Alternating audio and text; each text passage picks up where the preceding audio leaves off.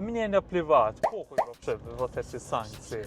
Вообще. Я не знаю, как без санкций, как на санкции. Добро пожаловать в Иран.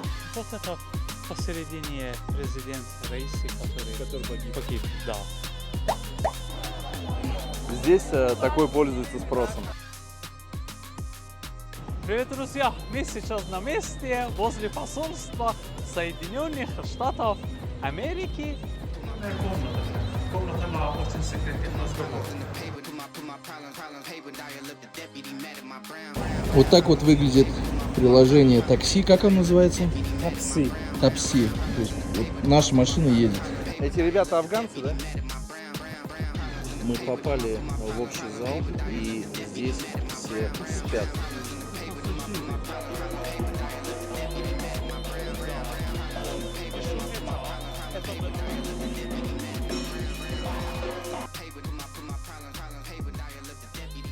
Друзья, добро пожаловать в страну, которая 44 года находится под санкциями. Страна, в которой много запретов, но можно все, если делать аккуратно. Добро пожаловать в Иран. Ну а поможет нам разобраться с Ираном Мустафа. Привет, привет всем! Мустафа, он же лекарь, он же пекарь, жнец, чтец, моряк, полицейский, мясник, он знает все. Спасибо. Это человек, который читает 22 часа в сутки книги. Сколько в неделю? 27 книг, да, ты читаешь примерно? Да. 27 книг. Минимум по 130 страниц. Читабельный Мустафа. Ну а направляемся мы в Голестан. Это бывший королевский дворец. Что еще там интересного?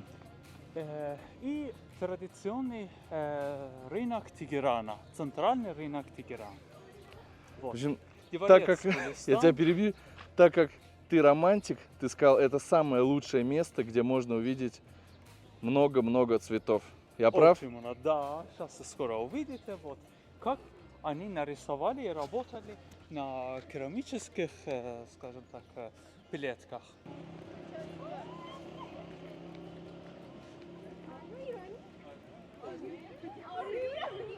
Они с тобой, слушай, они с тобой поздоровались на английском, думали, ты турист, а ты оказался местный. Да. Так, все, заходим? Идем в Королевский дворец Голестан. Вот. Этому дворцу 411 лет. Вот. Заходим теперь. Снимаешь сейчас? Да, конечно. Да. Билет надо купить? Да, билет. Вам только, мне как экскурсовод. How much? فقط سلام یه دونه ورودی یه دونه کاخ اصلی. Привет всем друзьям. Ты уже говорил. Находимся в Королевском дворце Голестан. Дворец, который имеет 411 лет историю в себе. Вот этот дворец поначалу сначала стал как управляющий пункт города Тегерана, и после того, что Тегеран стал столицей Ирана, стал уже как управляющий пункт страны даже. Вот. И от того, что правительство Гаджар в Иране взяло управление страной себе, вот. И получается 230 лет назад вот этот Тегеран стал уже столицей Ирана. До 80 примерно лет назад был еще в этом дворце. А потом переместили, когда уже правительство поменялось, переместили вот это место на север Тегерана. Почему? Потому что, сейчас мы находимся как раз в центре Тегерана, прямо здесь. И как вы знаете, наверное, в исламских странах, вообще-то во всех странах, сделают какой-то управляющий пункт, возле него совершенные места. Вот и здесь тоже есть один мечеть и рынок. Вот, как раз вот это все здесь существует. И вокруг него создают, скажем так, люди свои дома. Вот. А потом, когда в Иране стал король Реза Шах Пахлави, когда вот это правительство показывало, что он не такой достойный, он вообще не может управлять страну, Пахлави взял страну себе и переместил за счет того, что их ненавидел, их не любил. Вот. Поэтому его взял себе и переместил. Уже эта часть уже не стал как управляющий и поменялась. Поэтому сейчас у нас в Иране север Тегерана самый-самый до сих пор дорогой район. И вот этот центр уже не столько дорогой считается. Вот. Спасибо. Поначалу сначала мы идем, вот музей антропологии, основной музей. The end, please. Да? My friend, the end. До 1953 года Иран назывался Персией. Потом стал называться Ираном. Общедоступная информация. Мустафа, где Да. цветы? Цветы, вот цветы, вот керамики, вот видишь, керамика нарисована, вот цветы. Вот. Гулистан это вот цветы еще, вот посередине. Ну, не значит, что ты придешь сюда и будешь понюхать просто вот это цветы. Ну ты что вообще? Вот, сейчас идем еще. Смотрите, вот это Гулистан как раз как один пример от иранского сада. В Иране есть 9 садов, которые зарегистрированы в системе ЮНЕСКО. Бассейн наполненный водой, но он не работает. Не всегда везет с сопровождающими в других странах. А может я такой? Может я делаю правильный выбор просто? Да, ты правильно выбрал. Ты просто умный. Ты ваша жена умная, выбирает всегда. Вот, основного зала, Еще раз, как называется? зеркальный вход. И здесь, кстати, здесь есть один подарок от Сталина, который в мире всего его 4. Сейчас скоро я вам его покажу. Вот. Если хотите увидеть вот такой подарок, который из России и всего в мире 4, надо приехать в Иран, который он подарил нашему королю. Как вы видите, вот этот зал называется приветственный зал. Зал, который там король сидит. Вот. И вот эти подарки, которые видите здесь, это все остальные представители других стран. Их перевезли в Иран и подарили этому королю. Самый известный король правительства Гаджар, получается, король Насреддин Шах, который как раз был очень известный, но с другой стороны не до такой степени достойный. И начинали, скажем так, продать страну, начинали, скажем так, по чуть-чуть портить. А потом во время Реза Шах Пахлави Иран стал сильнее. Вот.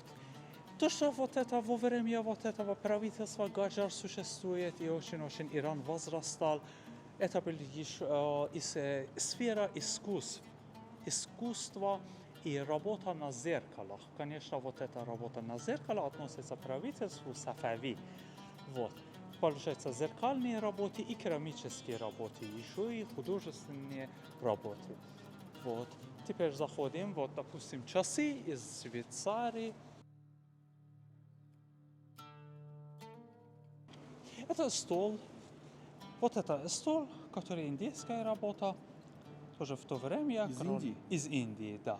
Это из Индии. Вот эти вазы, которые вы видите, сейчас я вам покажу советские подарки, которые в то время Советский Союз подарил этому королю. Вот это рисунок 8-го мавзолея 8-го лидера шиитов, имам Реза, который очень-очень известное место и важное место для шиитов. Это ожидающий зал был для гостей, пока что они ждали, что когда король освободится. Маленький зал ожидания. И теперь, снимаешь? Конечно. Вот смотри, и теперь вот это, видишь, вазы. Это, думаешь, ты угадай, это чьи работы? Да ты должен это понюхать. России. Да, Россия, молодец, да. Вот это у тебя должно быть в крови. Молодец, что хорошо угадал. Увидел малину. Да. Так, слонярные бивни. Слонярские бивни, это называется слонярский зал. Это был бивни слона. Неплохо он жил. И здесь, да, смотрите, во время правительства Гаджар пытался, скажем так, перевести европейскую культуру в Иран. Но здесь есть такое замечание. Не думайте, что они были очень такие open-minded, они хотели, чтобы страна возрастала.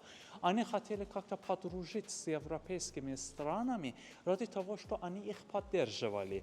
Так что здесь существуют некоторые голые картины, которые, после революции, исламской революции, очень многих от них уже, скажем так, или сжигали, или их сейчас хранят в других местах. Но факт вот это, что они начинали это сделать только ради своих целей, а не ради, что, скажем так, культура, скажем так, поменялся. И теперь разные короли у правительства Гаджара был 5 королей, которые их картины здесь мы видим. И сейчас идем в зеркальный зал. Вот теперь смотрите, как вы здесь видите, зеркальный зал. Вот давайте я вам немножко расскажу, что зеркальная работа от какого, скажем так, года в Иране появлялся. Во время короля Сафави они заказали из Италии, что им перевезли зеркало. Когда вот это много зеркала в Иране приехало, они были уже ломаные, вот, и они начинали его сделать. После этого случая в Иране, скажем так, начинался искусство зеркальных работ. И здесь есть две причины. Одно была такая, по верам, что от глаза не было. Вторая причина, когда, знаете, когда свечь мы включаем, это дает бесконечно отражение. И чтобы это его почувствовать дальше, мы дальше смотрим еще и зеркальную мечеть Мавзолей Абдул-Азим на юге Тегерана. Музеев на сегодня хватит. Выходим и идем вдоль красивой стены. Очень красиво. Бабочки на тебя летят. Что ты сейчас говоришь? Бабочки на тебя. Летают? Да. Нападают. Любят тебя. Что это? Вот и смотрите, во время этого правительства дворец Королевский Гулистан это как маленького Ирана. И здесь показываются разные культуры от Ирана.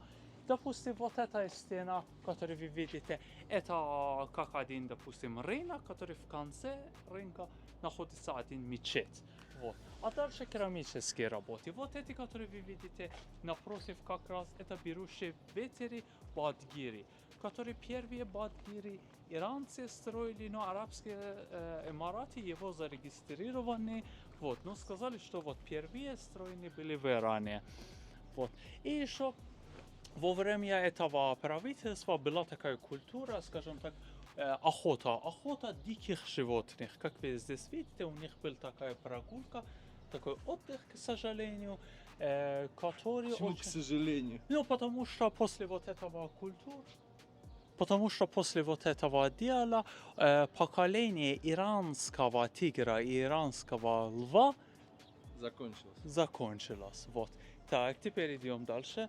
Вот и смотрите, как вот эти бадгири, вот эти работают, они напротив, вот, они берут из 4 сторон ветер, горячий ветер заходит туда, глина возьмет температуру себе, и потом в зал спускается холодный ветер. Это как девушки одевались во время Гаджара с правой стороны. Вот это посередине президент Раиси, который погиб, да. Вот. С правой стороны его Министерство иностранных дел, вот представитель корпуса стражей Ксира Ирана, который, и вот это представителя лидера Ирана в городе, в провинции Азербайджан, и тоже заместитель. Они все были на вертолете и все погибли. И вот все погибли. Кто здесь, все погибли. Все, да, все. Еще плюс 2 летчика. Меняем геолокацию срочно и едем в посольство Америки, бывшее. И если у вас аллергия, то вам лучше в этот сад не идти, потому что здесь очень сильно много пыльцы растений. Прям пахнет. Как будто ты зашел куда-то в Литуаль.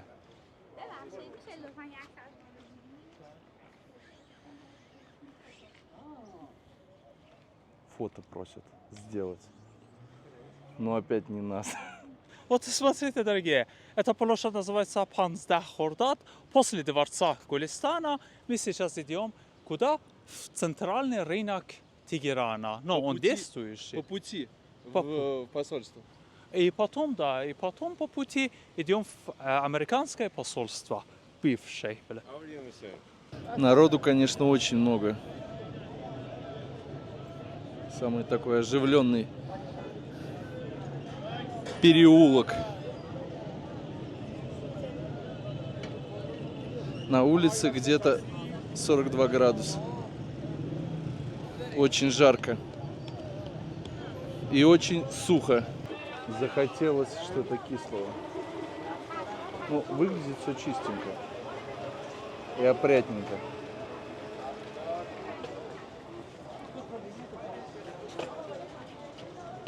Местные любят. Сок лимонный.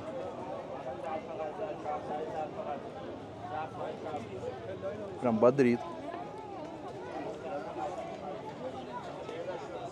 Вкусно. Хорошо, что мы его взяли, не сладкое. Да, водичку тут. Я сразу почувствовал новую жизнь. Ты молодец. Лимонный сок.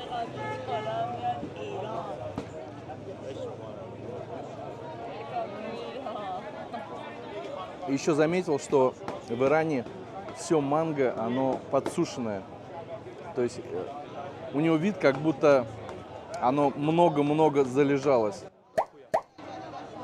Здесь такое пользуется спросом. Министерство юстиции. Это, конечно, написано, нельзя снимать. Это лента в честь траура по погибшему президенту. Очень много таких лент висит везде. Хотя он уже прошел, но они продолжают висеть. Почему Давай-ка. последний час ты вспоминаешь постоянно Боснию? Ну потому что здесь мы видели две влюбленных, которые ей понравился каперские. Вот инструмент такой какой-то. Нам там чуть не навтыкали. Мы встали возле здания, где фотографировать нельзя, какой-то государственный... юстиции. И начали вопросы друг другу задавать.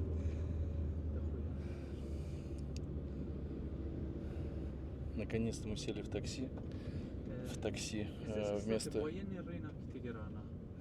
В такси вместо чехлов ковры иранские. Так как бензин стоит копейки в Иране, кондиционер не отключается в машинах. Не тянут, но он все равно продолжает работать. Все, выдвинулись в USA посольство. На улице так жарко, что техника разряжается за считанные секунды. Даже пауэрбанки не помогают, потому что они тоже начинают почему-то разряжаться. Буквально 15 минут, и вся техника уже стоит на 50%. Местные привыкшие. В принципе, для меня это тоже нормальная температура, это не критическая. То есть я такую жару спокойно могу переживать, но техника не переживает. И когда вытаскиваешь уже зеркалку, немножко начинается проблемноватенько снимать. Потому что начинает все внимание обращать. На экшен не проблема на телефон, а уже что-то профессиональное. Поэтому стараюсь, где могу ее вытащить, но не везде получается. Привет, друзья! Мы сейчас на месте возле посольства Соединенных Штатов Америки в Иране до Исламской революции.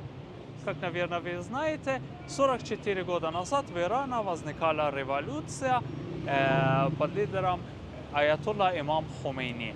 После этого случая примерно через 1 год, получается 43 года назад, ученики и студенты пришли и захватили вот это посольство и назвали его шпионский дом. А по нашим документам, после Исламской революции Соединенные Штаты и некоторые еще европейские страны начинали какие-то дела сделать в Иране. И вот как раз в то время студенты и ученики это поймали и с помощью корпусом стражей исламской революции, вот, уже взяли вот это место и взяли заложников на 443 дней. И здесь, как вы видите, по документам и по этим, то, что нашли, показываются некоторые веры, некоторые дела и все то, что цели, которые мировые империализмы хочет это сделать. И здесь показывается, типа, они всегда хотят пить кровь остальных народов. Вот. И здесь смотрите, как вы видите на этой фото, с правой стороны как-то представитель Исламской Республики Ирана, вот, и с другой стороны представитель Соединенных Штатов. Вот. А здесь показывается, что типа они не могут договориться. Зеленый свет – это свет мира, а красный свет – это символ крови. Типа они хотят постоянно убить кого-то, ну, типа так символически. Дальше смотрите, показывается, что очень-очень многие и плохие мафии, как наркотических веществ, опиума и что еще, лекарства, оружие, это все их начальники, они у Америки. Следующая картина, это когда американский корабль военный стрелял иранский пассажирский самолет на Персидском заливе. Вот. И потом вот это все, весь самолет упал на Персидский залив. Смотри, а чем-то поливают, да? Или Нет, что это такое? просто, это Не, грязь. это кто-то вылил, ее видно. И вот если вы внимательно посмотрите, то видно следы ног. Да, то и есть. Главный вход. Главный вход. Музей шпионского дома.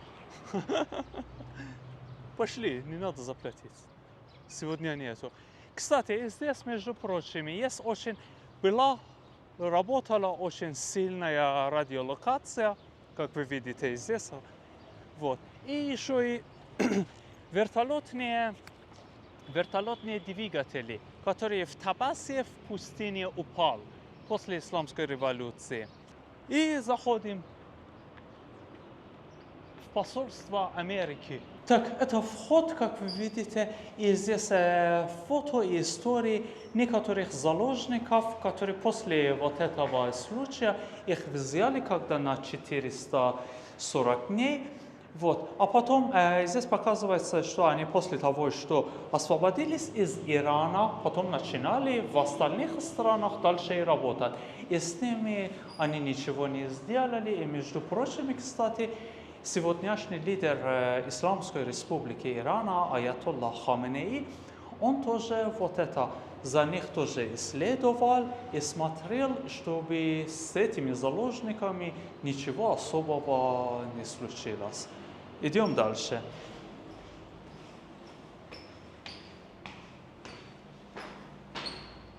Поднимаемся. Дальше вот работники посольства. Дальше видео здесь говорить нельзя, но фото можно. Здесь показывается, что Америка помогала Ираку во время войны Иран с Ираком. Вот. Им давал оружие. И даже хим оружие, биологическое оружие, микробиологическое оружие. А дальше, когда получается в 1987 году 290 погибших пассажирского иранского самолета, когда на Персидском заливе американский корабль стрелял. Комната для очень секретных разговоров. То есть без прослушки, фольгированная, чтобы Да, никто не мог подслушать. Слышал ничего. С разными Прибамбасами. с разными защитными системами. Снимать здесь запрещено без разрешения. Нужно его где-то брать. Санкции, нефтяные санкции. Ради того, что иранская экономика упала. Дальше комната. Вот.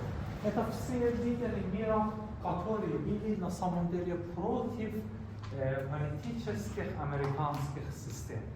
Вот. Как, допустим, Ахмед Шах Масуд, Саид Реза Мусави, еще кто сверху, генерал Сулеймани, Эмад Мугния, это в Ливане, как-то представитель. Я сейчас чуть не испугался, знаешь почему? Почему? Мы когда зашли в дверь, и оттуда на меня посмотрели. Там же сидят манекены. Не манекены, а... Сейчас скажу, кто там сидит. Вот. Я испугался. Так, теперь смотрите, после того, что вот они пришли, здесь они нашли вот эти документы, вот. Кто пришли?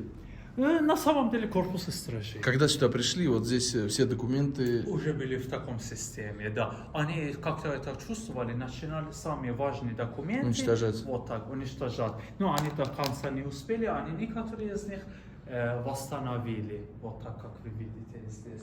И дальше не давали, что они... Это изображены американцы? Это Иран, это уже иранцы. Вот здесь показывают они, что они читают, вот. Они читают, что они что хотели сделать. Это оборудование печать, сканирование, печать, сохранение. И вот это то, что они еще вот старались сжигать. Да. Оборудование для сжигания бумаг, чтобы вот этого не было. Ничего не осталось. До такой степени они, их оборудование были, до такой точности. Так, теперь... Ой.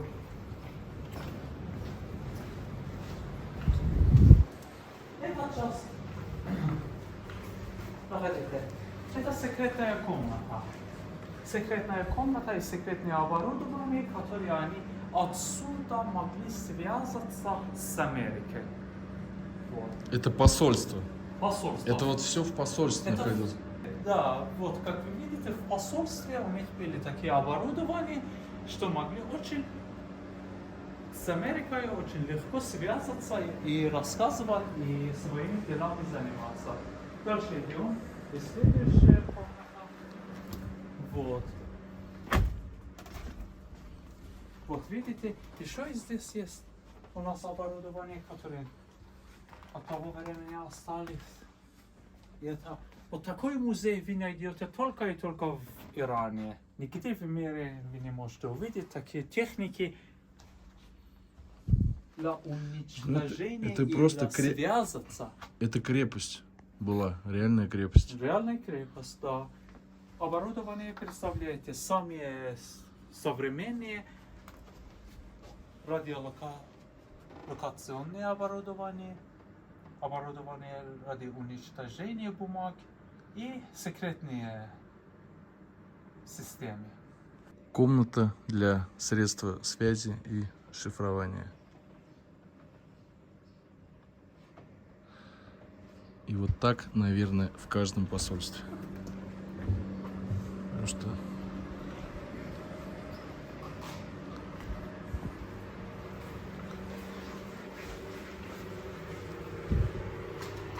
Так и снова повторяется оборудование для уничтожения бумаг. Секретных бумаг. это комната, где подделывали документы. Любые документы могли сделать. Поддельки. Нам уже второй раз подходит и говорит, не снимать на видео, поэтому, приходится прятаться. Оборудование для прослушивания телефонов. Сзади меня расположена камера. Я думаю, откуда же он нас видит, каждый раз подбегает. Здесь всевозможные номера, телефоны, Джеймс Бондовские штучки. Здесь сидела секретарша посла. И кабинет посла. Здесь вот сидел посол, и сразу возле него стоял такой аппарат. Любой договор или документ можно было пропустить и размельчить. Камера надолго.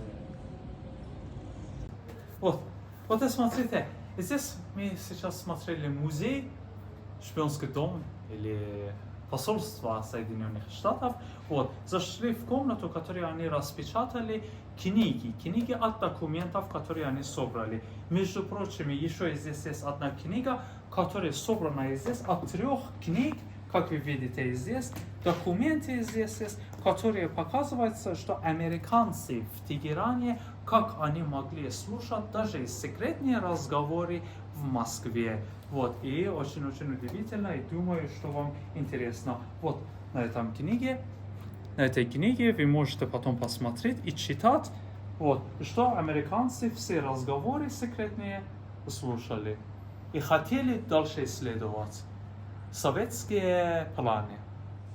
Пришлось приобрести одну такую книжку. Стоимость 700 тысяч реалов. Вот так вот. Очень интересное место. Реально интересное, прям.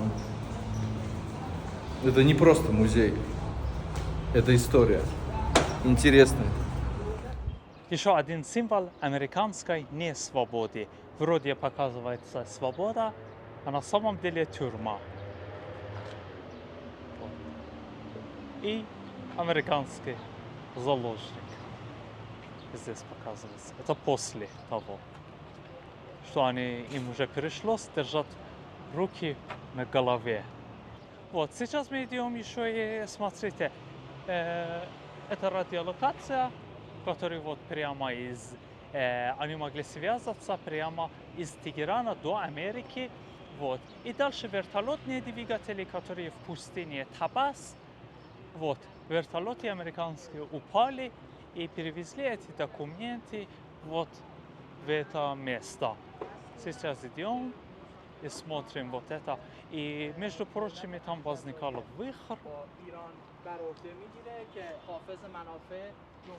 Между прочим, здесь возникал выход на пустыне. Вот. И Аятолла Хомейни сказал, что вот это выход был это от Бога. Они хотели типа сломать исламскую революцию, но это не получилось уже. Вот. И с помощью ветра их вертолеты уже все упали и сжигались. Ветер помог Ирану. Да, ветер помог Ирану. Не Ирану, а революции, как и сказали. Так как это Иран, пиво безалкогольное. А у тебя со вкусом? Лимона, да. Ты с лимоном, да? Да, сам решился. Класс. Класс. О, открывается. Тебе открыть? Да. Вот. Давай. Вот. Черниговская. Вот. Тебе. Ты любишь пиво? Немиров, да. Немиров, пиво Немиров, да. С перцем. С перцем. Давай. Давай. За посольство? За все хорошее. Заложник.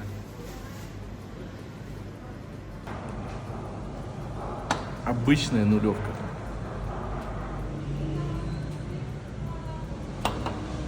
Пьют его все здесь. И женщины, и мужчины. И даже бабушки. Расскажи на камеру какой-нибудь иранский анекдот. Быстрый, только по-русски. Только не длинный, там, чтобы стихотворение, а вот быстрый такой, маленький, коротенький. Попытка номер 2. Я сейчас на отдыхе, в курорте. С утра рассказывай. Ну что ты? Очень красиво выглядят у них ресторанчики. Даже непонятно, ресторан это чайхана. Даже есть тандыр. Рис, какой-то пудинг и я вижу мясо с фасолью.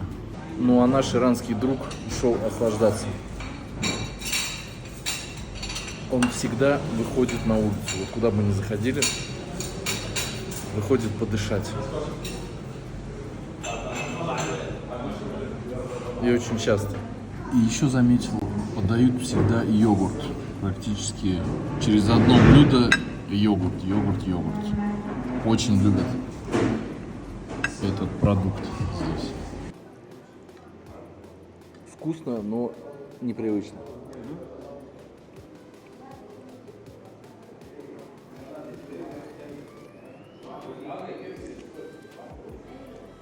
А можешь спросить? Вообще-то не надо. Мне не хватает остроты.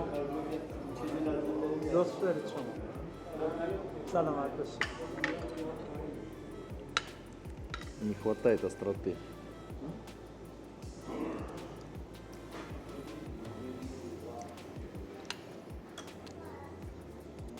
Первый раз такой пробую, поэтому не могу прям описать полностью блюдо. Ну, вкусно. Очень долго поставляют, что варится. Мясо.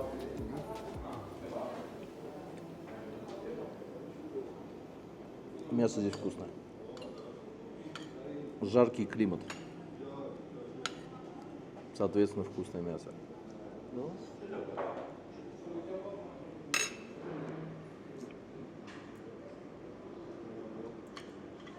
Интересная, необычная кухня. Анекдот. Смотрите, в Иране есть такая жвачка, называется петух. Вот.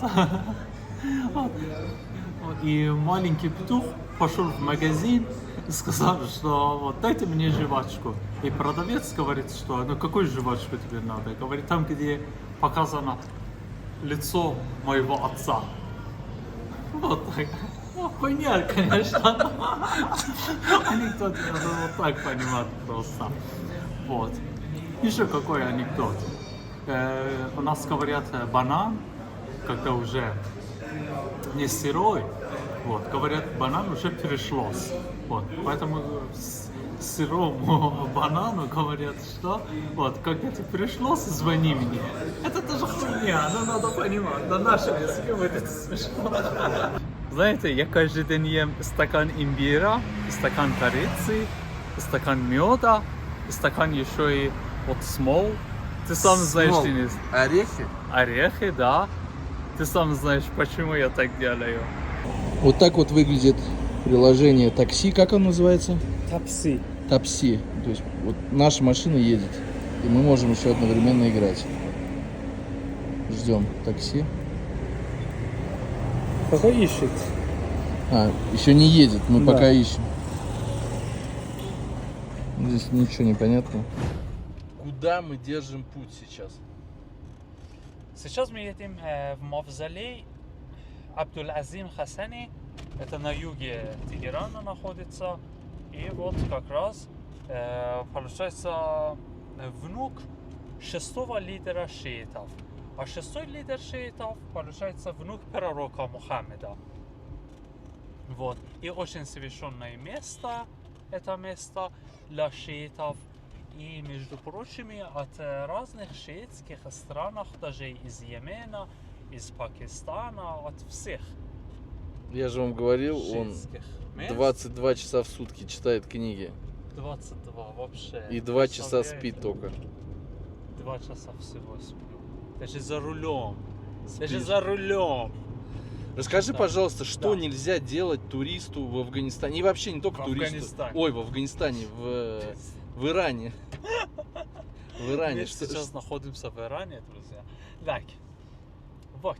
Вот смотри, Смотри. и давай я тебе буду рассказывать, ты Хорошо. будешь подтверждать. Да. Вот общедоступная информация в интернете, это женщина должна быть обязательно покрытая в платке, но, честно скажу, вчера вечером 30% не покрытых было, я видел, и днем сегодня много У встречал. тебя нормально с математикой, кстати.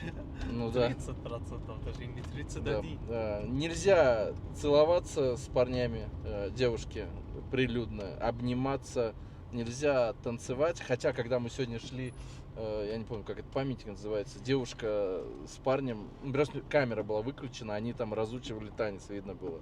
И причем она и была не покрытая, они там польку танцевали. Насчет курить в людных местах, ну тоже я вижу курят. Все. Все, да, как-то к этому. Может быть, это когда-то давно было, прям вот строгий запрет. Но сейчас мир немножко прогрессирует, эволюционирует. Посещают соседние страны. В общем, такого сейчас здесь нет. Камера снимает. Что сейчас сказал? Нельзя. Например, смотрите, по поводу спиртное у нас нельзя. По поводу покрытия, исламское покрытие, это не как вы читаете вот эти новости, которые есть в интернете. Это абсолютно у нас не существует уже. Вот. Только по поводу спиртной надо аккуратно с этим разобраться. Именно продать его, производство его, именно что полиционеры узнали, конечно, поймают этого Но человека. оно есть. Но оно и Оно есть, есть. да. Некоторые, скажем так, дома сделают, вот. А на самом деле, по поводу спиртной особо не будет никаких проблем. Больше, если найдут у кого-то, скажем так, наркотические вещества, тогда да, это проблема будет. Так что мы против вот таких веществ. Вот. И что еще? Нельзя мешать людей. Вот. Нельзя что-то сделать против безопасности народа и безопасности правительства. Вот. Еще то, что говорят, что в Иране нельзя женщинам за рулем сидеть, это тоже абсолютно Да, не существует. Это ерунда. Еще говорят, что в Иране, скажем так, встретиться парень не может встречаться с девушками. Это тоже такого не существует. Можно я скажу, что я видел? Да, да. Процентов 5 на дороге это за рулем сидят женщины. 100%. Самые тяжелые статьи, за которые может быть смертная казнь в Иране, она есть. За 2000, по-моему, 23 год 843 смертных казни произошло в Иране. Это тяжелые статьи наркотики, даже не обсуждается. И против безопасности государства, против безопасности человечества, народа в Иране. Эти статьи, вот, они самые тяжелые. То, что пишут там, женщина, если изменила, ее казнят, это все полная чушь, такого здесь нет. Специально узнавал, ходил у многих. Да, да, такого нету. Только в таких случаях дает, то есть права, смотрите, как речь идет. В таких случаях, вообще-то по исламским законам, развод это считается самое грязное, самое нечистое разрешенное дело. Но в таких случаях, что если доказывается измен, тогда, если не дай бог будет такой случай, тогда что сделает? Тогда судья дает права другому человеку. То есть, например, женщина пойдет и скажет, допустим, мой муж это делал. Или мужчина скажет, что жена так делала.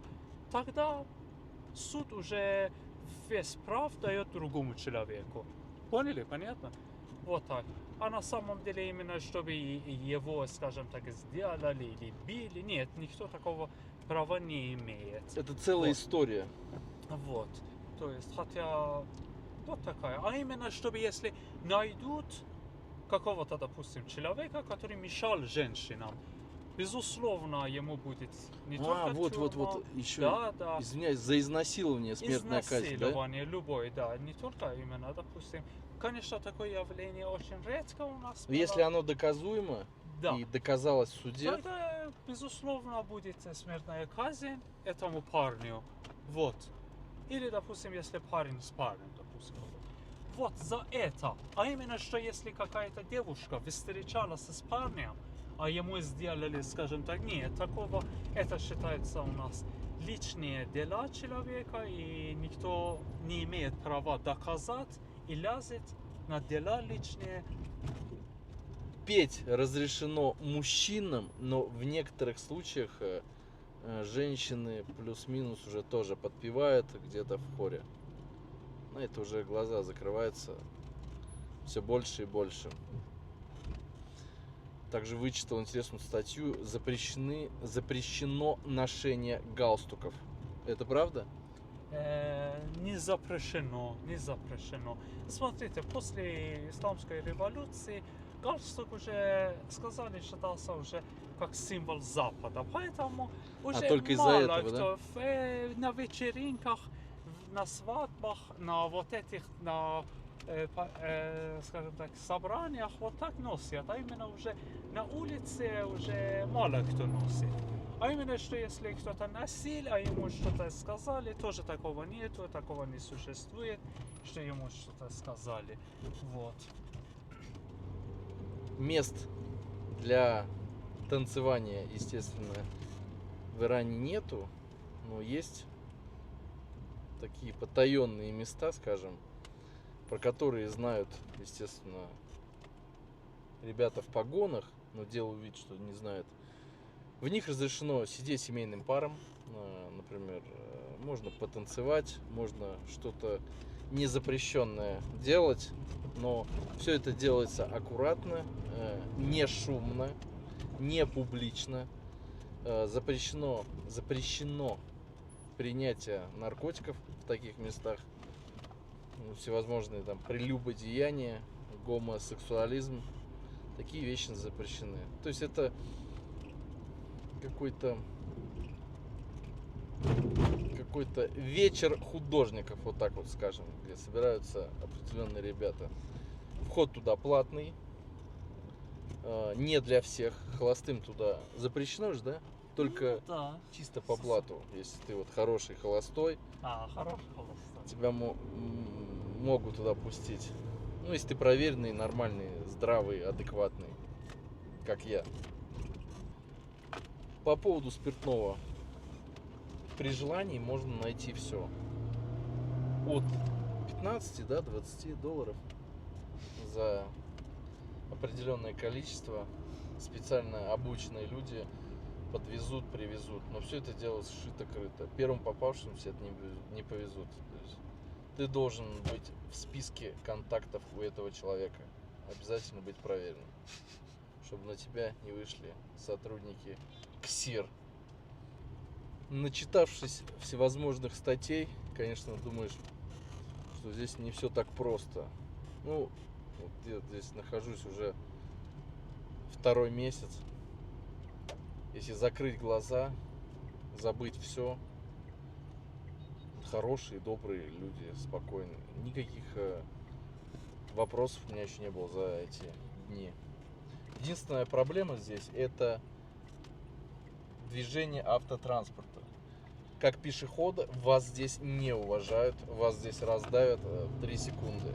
Полицейские, ДПСники, они стоят чисто для галочки. Вот то, что они есть, включают свою мигалку и стоят. Пешеход здесь бесправен.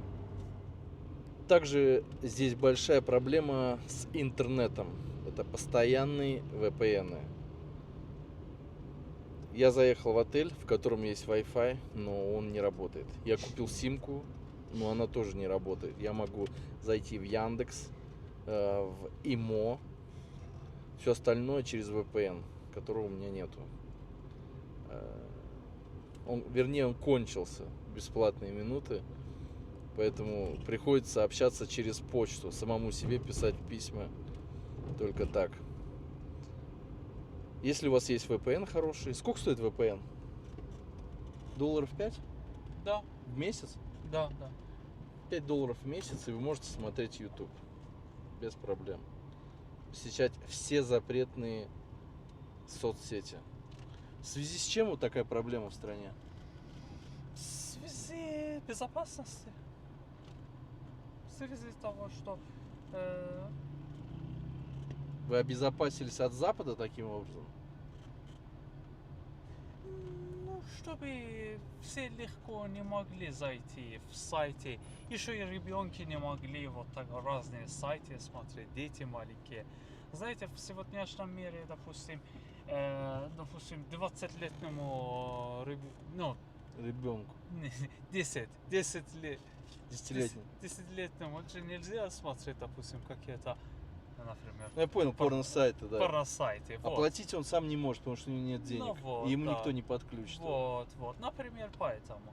И еще и в последнее время некоторые, скажем так, разные люди, я не говорю, что они прав или не прав, бог с ними, не знаю, кто говорит правильно, но начинают делать что-то, Наша безопасная система, безопасная организация, система Ирана, как КГБ Ирана, вот решает, что некоторые сайты, некоторые программы были Некоторые, это блокированы. 99%.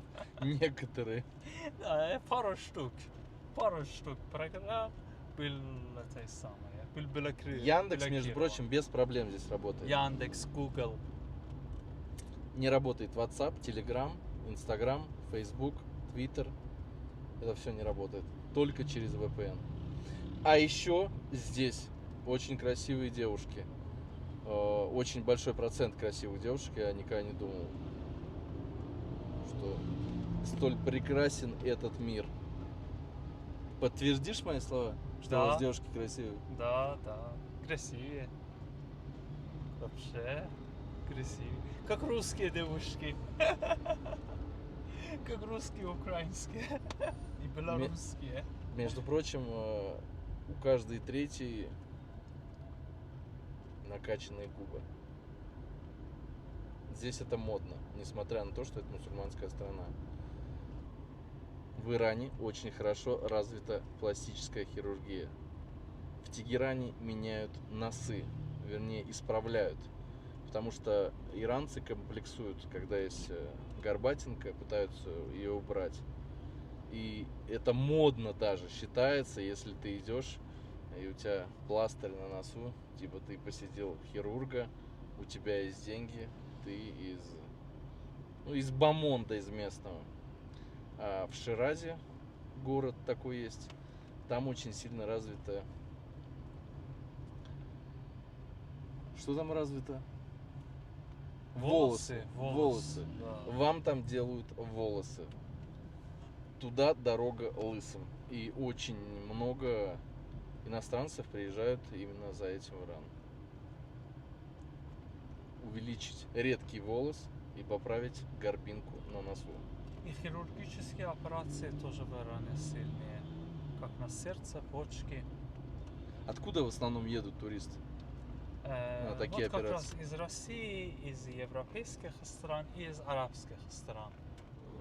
Так как развита здесь хирургия, как же это тактично сказать, чтобы никого не зацепить, никого не обидеть и огорчить? Надкушенное мороженое можно поправить и опять его продать как целое. Я только сейчас обратил внимание, что здесь розмарин. Это нашему романтику подарила девушка. Здесь модно почему-то дарить чеснок и розмарин. С кошелком. Кошелок. Кошелок. Кошелек. Кошелок. Кошелек. С Правильно. кошелоком. Здесь кошельки женщины дарят парням. Розмарин и... А у вас что? На что денег хватает, то и дарят у нас. Ну, это может быть какая-то и оргтехника, и очки. Ты хотел с моста сейчас? Да. Цветы? Нет, цветы обычно дарят девушкам у нас. У вас дарят цветы Нет, девушкам? нет. Да, мы дарим, да. А девушки нам Но это нет. не считается постыдным? Нет. Что ты романтик, философ? Нет? И приятно. Нет, над тобой не будут смеяться другие парни? Нет. Нахуй. Ну зачем мне это смеяться? Главное, что ей понравилось. А ты результаты знаешь. Читай тебе стихи. Также Мустафа мне за кадром сказал, что здесь считается модным, если парень рассказывает своей девушке стихи хотя бы каждый вечер. Да. Ты Есть как- такое, это модно. Ты какие рассказываешь? Я разные. Ну, один Раз- хотя бы расскажи на иранском. На Чуть-чуть, небольшое.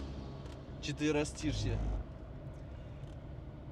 Громко только, и обязательно это выразительно должно звучать. Стихи. Да. Стихи читать. Да. Четверостишье, 4 строчки. روز برفی روز سرما انتظار روز برفی Ты песню поешь, а не стихотворение рассказываешь. Про что это?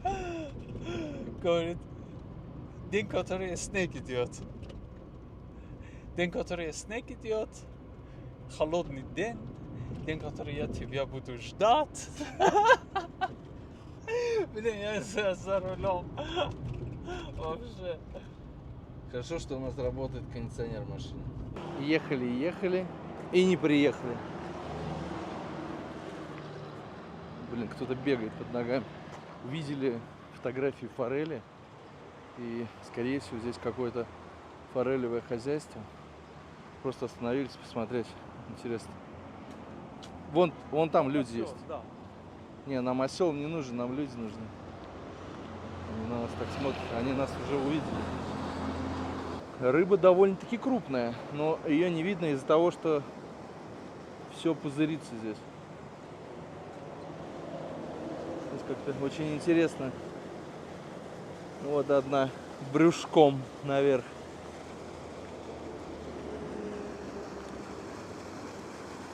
Там внизу, по-моему, вообще крупные особи сидят. А это думаешь, что все? Не знаю.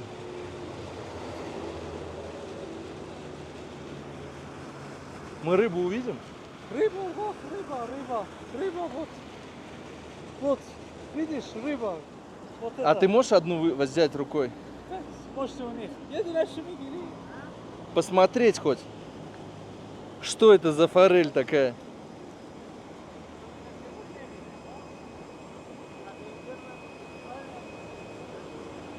Ну, здесь не так много ее. Эти ребята афганцы, да? Да, А как ты определял? акцент. Акцент? Да.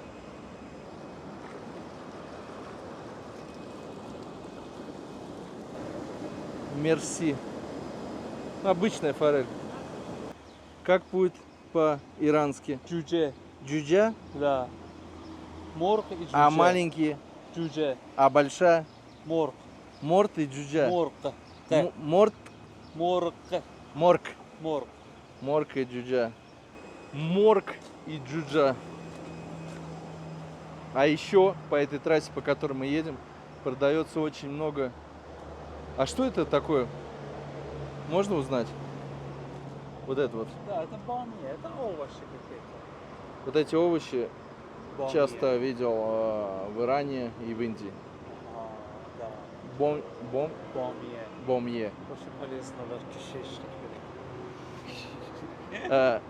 Не договорил, вдоль трассы продаются арбузы. Ну, арбуз пополам разрезается, но он ярко, не знаю, алого, красного цвета. А что вот здесь вот в этом помещении? Какой? Вот здесь, да, здесь кондиционер прям работает. Дом. А? Дом этих рабочих. А, дом? Да. Интересный кондиционер. Попытка номер 3 договорить. Арбузы ярко-алого красного цвета, которые специально подкрашивают, чтобы их видно было за километр. На самом деле это не их цвет реальный. Ой-ой-ой-ой. Как же хорошо в Иране с кондиционером. Без кондиционера очень тяжело. Да. В общем, любишь ты тимьян и розмарин, да? Очень. Имбирь. Идет подготовка к ответу на вопрос. Да. Вот. Смотрите, всем интересно, что почем в Иране стоит бензин. Смотрите, бензин у нас в Иране стоит недорого, в смысле 10-15 центов. Ну а на самом деле стоимость транспорта и стоимость трансфера в Иране это не зависит от стоимости топлива. Почему? Потому что автомобили, запчасти у нас стоят на самом деле дорого. Допустим, вот это иранское производство Peugeot 405. Вот, его нулевой километровый и иранский Саман, иранский Peugeot Persia. Это в Иране стоит 15 тысяч долларов. Вот. И до 20 тысяч долларов стоит. Вот, поэтому транспорт в Иране на самом деле считается не сильно и сильно дешевый. Вот. А бензин сам, да, дешевый. Имеет дешевую стоимость. Процентов Вот. 70 на дорогах это автомобили марки Peugeot. Остальные это Самант. Да, вот как раз мы сейчас едем на Самант. На Саманте. Да, Самант это двигатель лошадка. Siemens. Да. И еще какая модель, кроме Саманта? Peugeot Persia, вот, Peugeot Persi, еще иранцы. Именно все то, что если производство Ирана. Вот. Peugeot 206, вот, Pride, Peugeot Saifa. лидирует. Очень часто слышат все про какие-то карточки, талоны на бензин. Объясни, пожалуйста, что это такое?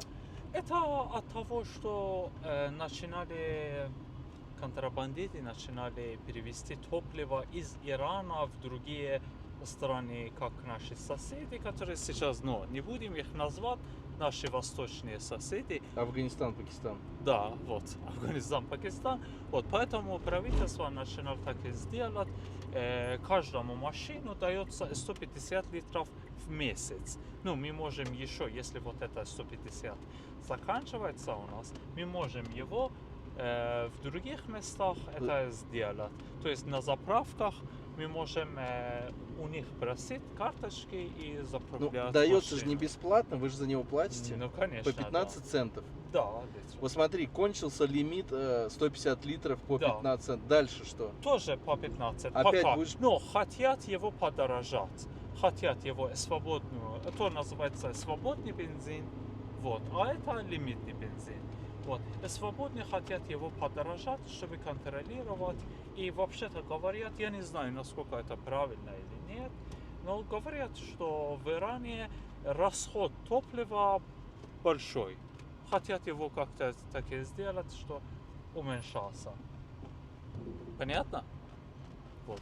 Да. А дело в чем? Дело в том, что, допустим, мы сейчас в Иране ездим почти все на своей. Большинство людей имеют свою машину. А в чем прикол? В том, почему? Потому что у нас общественный транспорт не сильно удобный, да.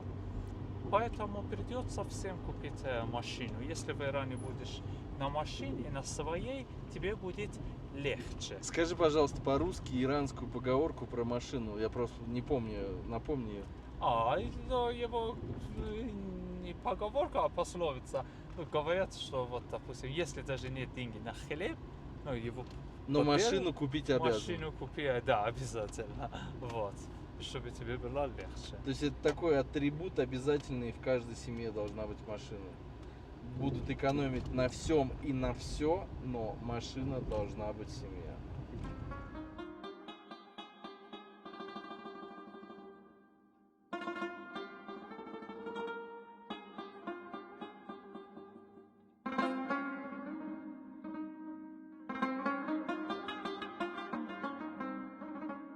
В мечеть с камерой не пускают, а с телефона пускают. Поэтому сейчас идем отдать камеру в службу безопасности. Служба безопасности камеру тоже не взяла. Говорит, это профессиональная техника.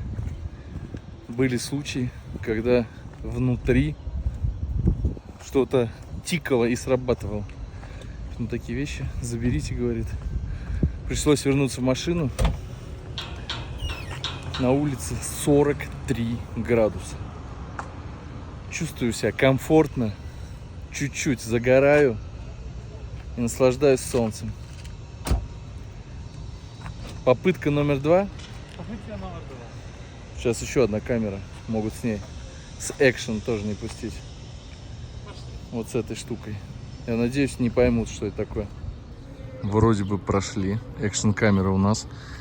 Коротко. Это шиитская мечеть. Да, смотрите, это мавзолей Абдулазим Хасани, получается в Иране, второе священное шиитское место. И Громче говори, из не стесняйся. очень разных шиитских странах от всего мира, даже из Йемена, приезжают сюда, чтобы молиться. Вот эта мечеть до такой степени, в смысле, человек, который здесь похоронен, до такой степени он священный, что и здесь, если молиться, равно молиться в Мекке. мавзолей, нет, в Мекке, равно молиться в мавзолей имам Хусейна. Это третий лидер шиитов. Вот. Так что идем дальше посмотрим. Вот поэтому идет здесь очень сильные безопасные проверки.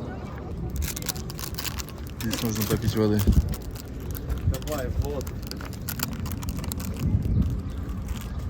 Здесь что, она какая-то священная или обычная вода? Еще не священная, там внутри есть. Можешь налить?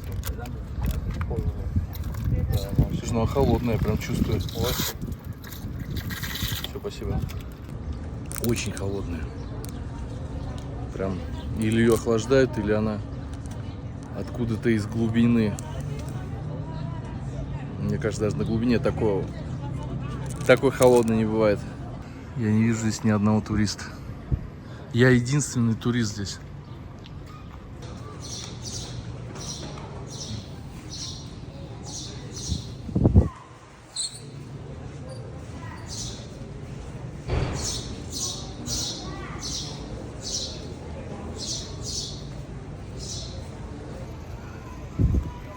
Как-то неловко, конечно, здесь снимать.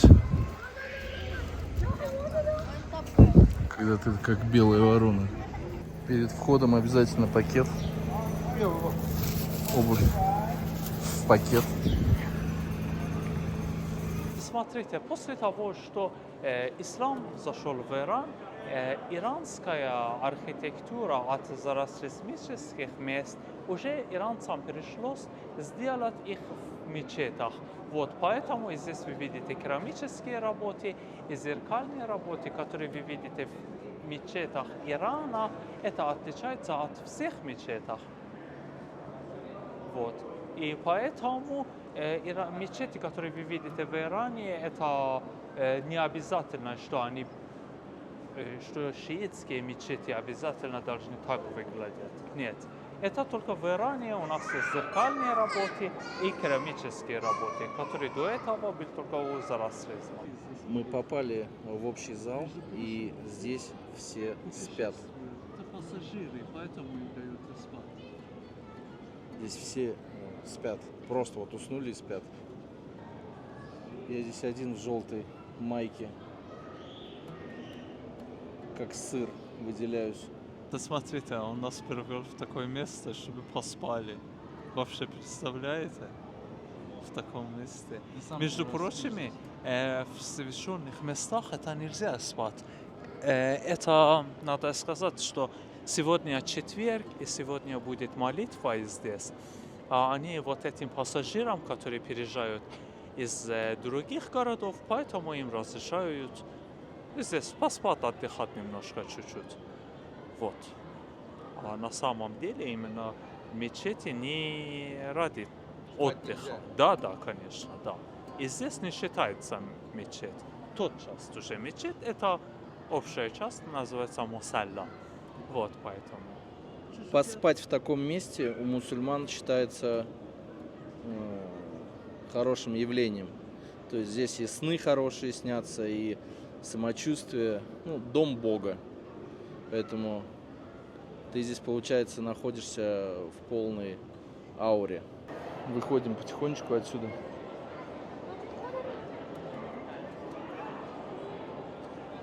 Кто-то сидит, Коран изучает. Кто-то молится, кто-то просто болтает. Женщины, получается, в одной стране, мужчины в другой стране. Все как и положено в мусульманском мире. Вышли мы из другой стороны. Здесь уже поменьше народу. Красиво, ничего не скажешь. Очень красиво. Особенно вот зеркальные стены. Сразу из мечети можно выйти на рынок.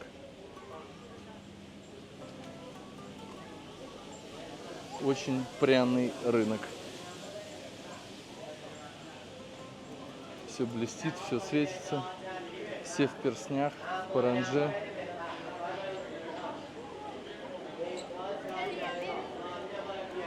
Здесь что предлагают? Чай? Может, чай попьем? Слушай, там кебабы какие огромные. Çay хочешь? Давай чай попьем. Отсюда? Ну а где? Или есть лучше место? Если Посмотрим лучше. пойдем, лучше место найдешь.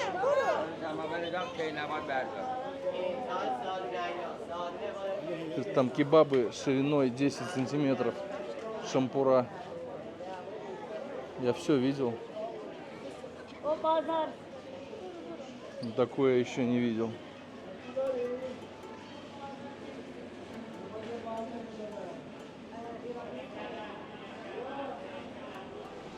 Отныне Денис Иранский меня зовут.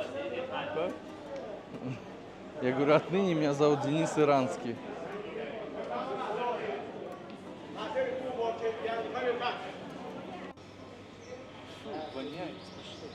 Тебе не нравится? С какого животного столько жира, я не пойму. Говядина, наверное. Вот слона завалили, похоже. Очень много. Ну, это говядина, да. Я как раз вот про такие шампура и говорил. Смотрите их ширину. Это на картинке, но они в жизни такие же. В поисках чая. Нам нужен чай. Вот сейчас 3 девушки шли полностью укутанные в паранже и сделали замечание. Вот прямо при нас все это произошло. Девушки, которая не покрыта платком. Еще бы чуть-чуть, и она их разорвала бы. 3. То есть, даже несмотря на то, что она в данной ситуации не права, все равно она отстаивает. Иран, он чем-то похож на Турцию, чем-то похож на Азербайджан. Вот все какое-то смешанное. Соседи. На самом деле они взяли. Ну, это такой спорный вопрос. Я не говорю, Не, что это я, знаешь, из-за читал. того, что я иранец. Не, я понял. Когда-то Тут была- считают так, что у кого больше история, у кого больше страна, значит у того все это дело заимствуется. Но я так считаю, что соседи друг у друга всегда что-то берут. И, естественно, соседи действуют на друг друга, да. Похоже. Похоже. Для меня это А именно, что все от нас очень все должны- знакомо. Это мне. Да. И это, Так как я сам говорю, родился в все Азербайджане. от меня. Ну и напоследок нужно напиться вдоволь, водиться.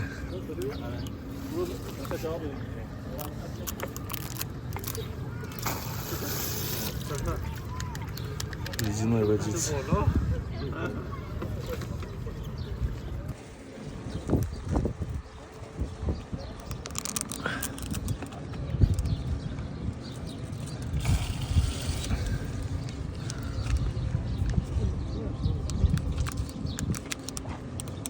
Вода здесь вкусная. Да? С того же святое место? Да. Наконец-то чай.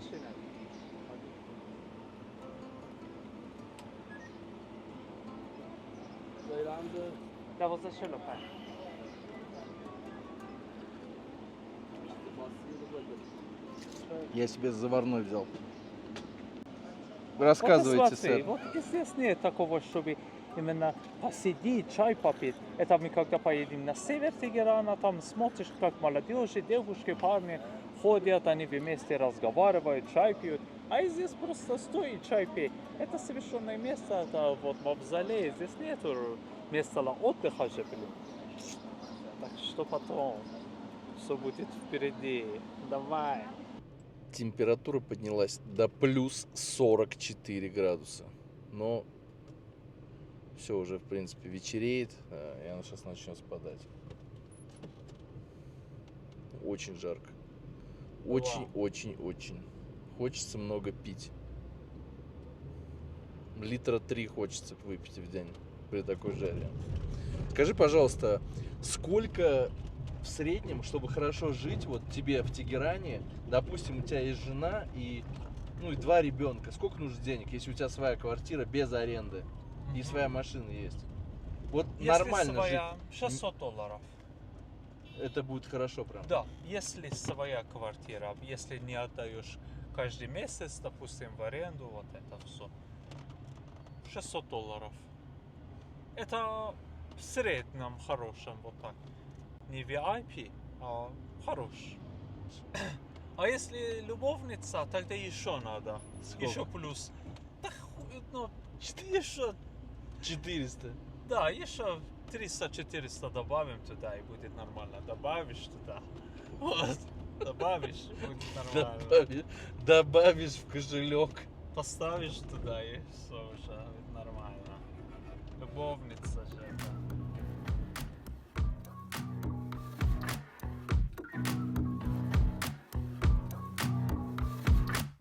Cutting the power lines, we're done talking about it.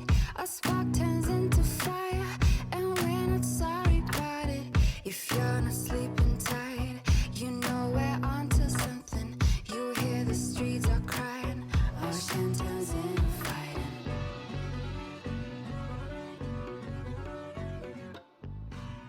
Шел 19 час, как мы петляли по улицам.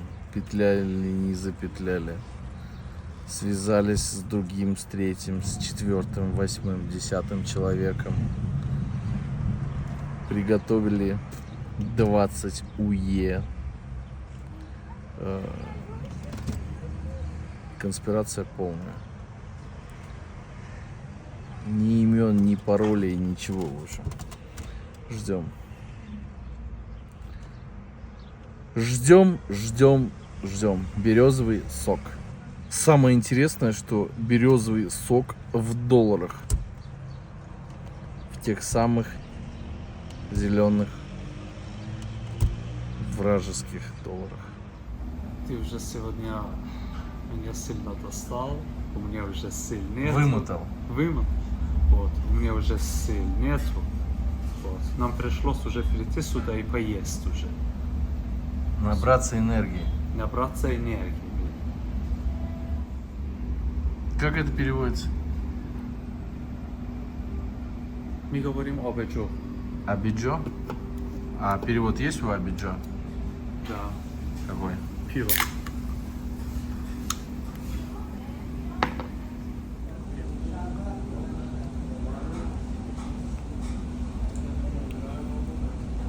Здесь вся нулевка, она какая-то сладкая.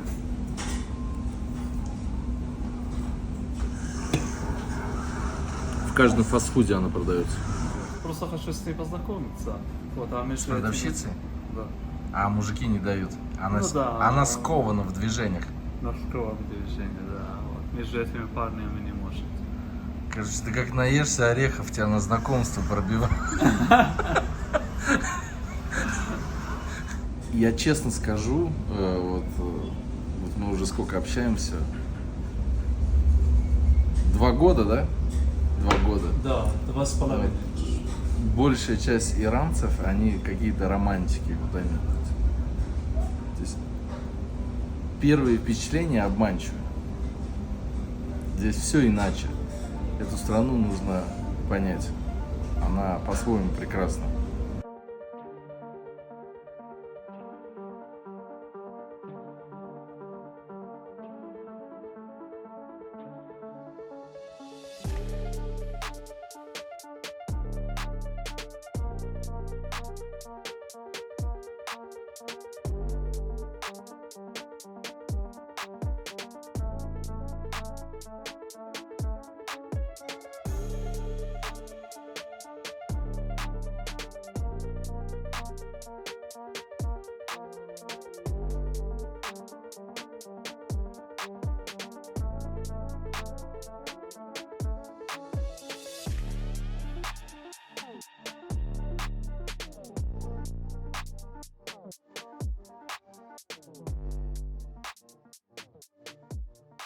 Шаурму с курицей невозможно было съесть. Я даже половину не осилил, потому что она очень мощная.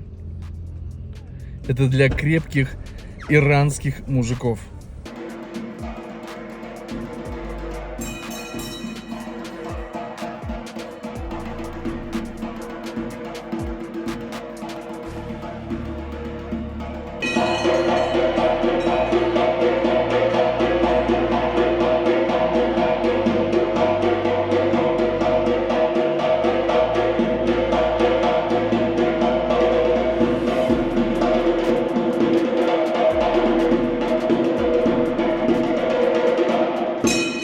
Объясни, пожалуйста, что сейчас происходит. Ну, смотрите, вот на этом месте, это место называется Зурхане. И здесь была тренировка к войнам. После того, что арабы зашли в Иран, иранцам надо было подготовиться к войнам. Вот. И им пришлось в таких местах, это, конечно, современные, а их настоящие места было еще в подвале, и там ничего не было, все было очень тихо, и что никто не узнал, что у них идет вот эта тренировка к разным войнам. Вот. Как первый этап здесь идет, то есть командир. Это все была подготовка к разным войнам. Командир, он командует с другой стороны. Это было как дубинка. Подготовка была к дубинка. Да, вот. Еще это было как стрелять луком. Вот это было. И разными. И здесь было, чтобы такое место, им надо было долго заниматься, что их тело было очень-очень сильными, и они могли дальше воевать. Вот. Теперь, как вы видите, чтобы они могли хорошо мечами воевать и дубинками воевать. Вот. Им пришлось вот такими вещами тяжелыми придумать, чтобы дальше и чтобы у них подготовка полностью пошла. Если честно, у меня аж внизу живота все заболело от этого шума. Очень здесь шумно. И все серьезно. Что они говорят? Это молитва. Приветствие Мухаммеду и его детям. Молитва есть такая. Аллахумма.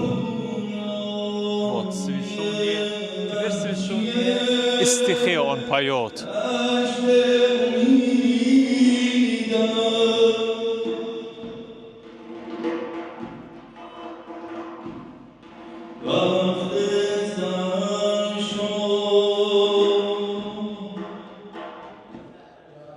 В центр идет всегда взрослый или самый опытный.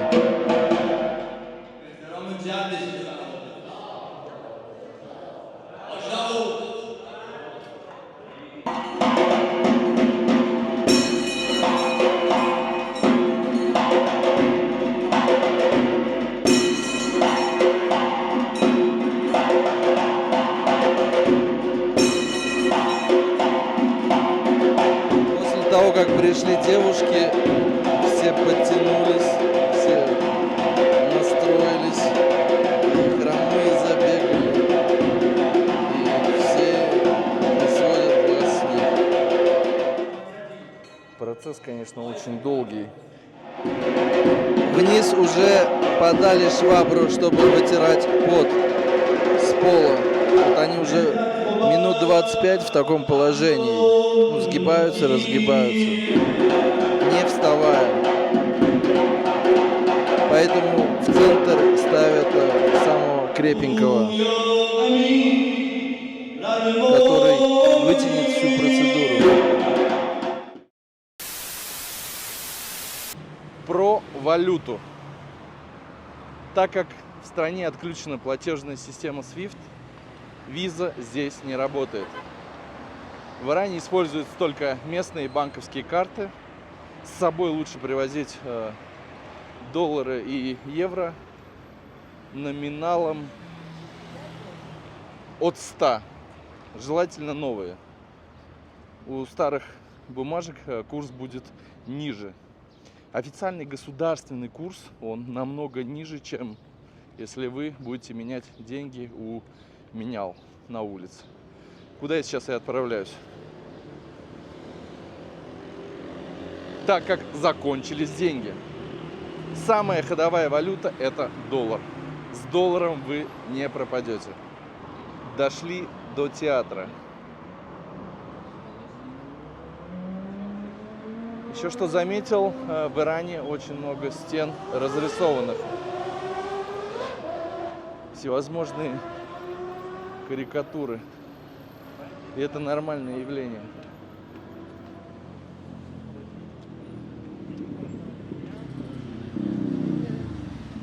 начитавшись всевозможных страшилок из интернета про сигареты, сейчас выхожу из отеля, смотрю, женщины в платке стоят, курят. И я невольно полез в карман, нет ли у меня сигарет.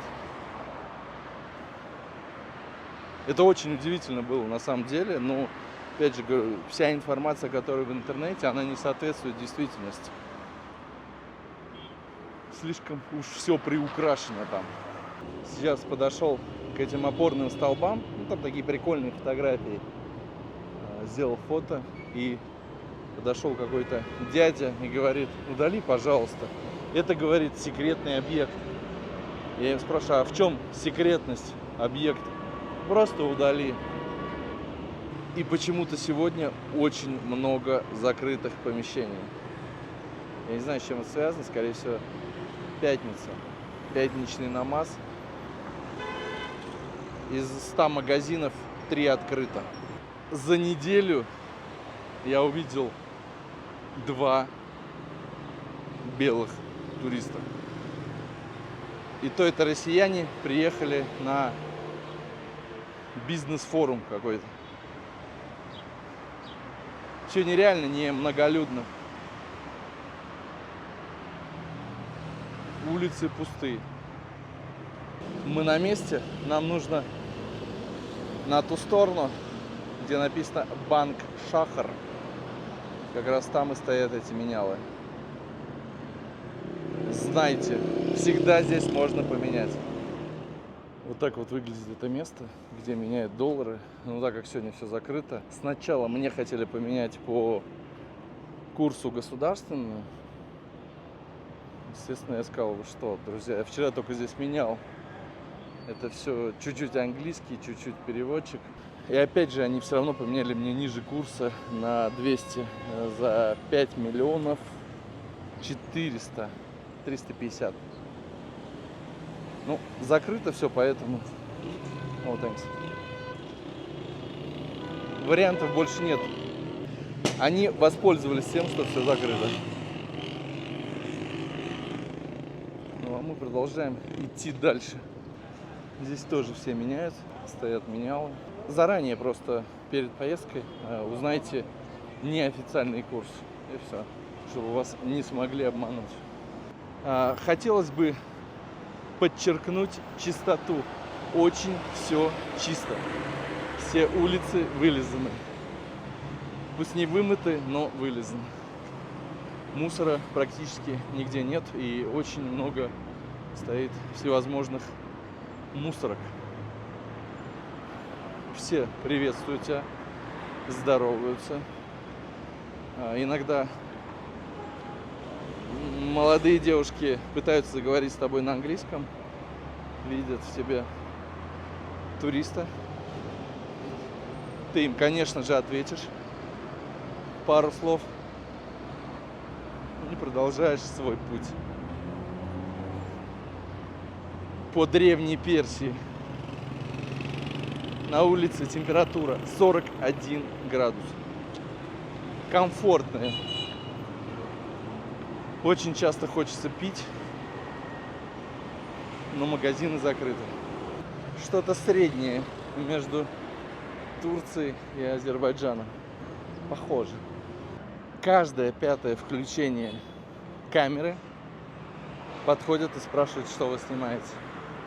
Просто я не понимаю на местном языке, может быть, это какие-то здания совершенно секретные.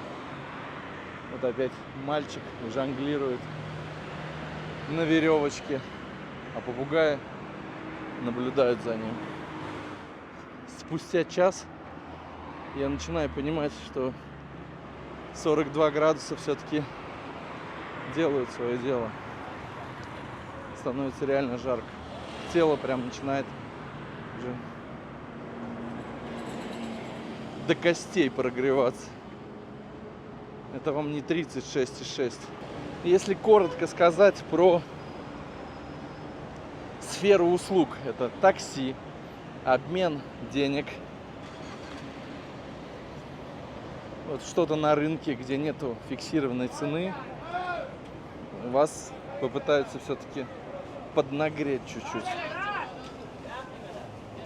Это 100%.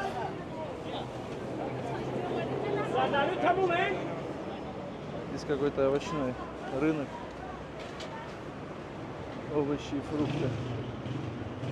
Но нам пока это не нужно.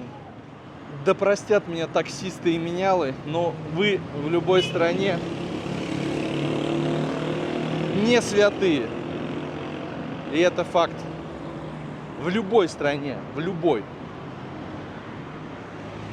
Тем более, если видите, что это не местный, поднаваливаете ценники, поднакручиваете. Пришлось зайти в помещение. Здесь кола, 2-3 вида пива и вода. И заказать бургер. Это наш завтрак. Завтрак в час дня.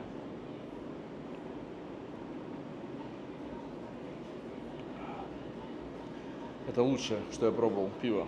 Здесь, в Иране, нулевка.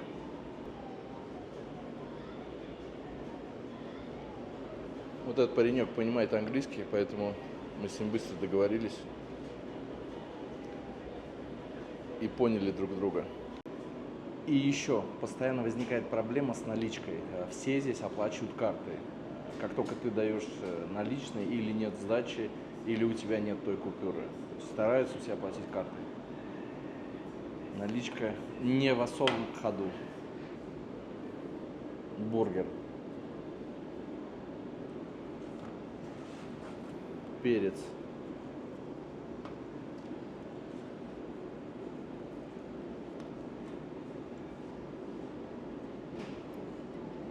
Выглядит очень красиво внутри.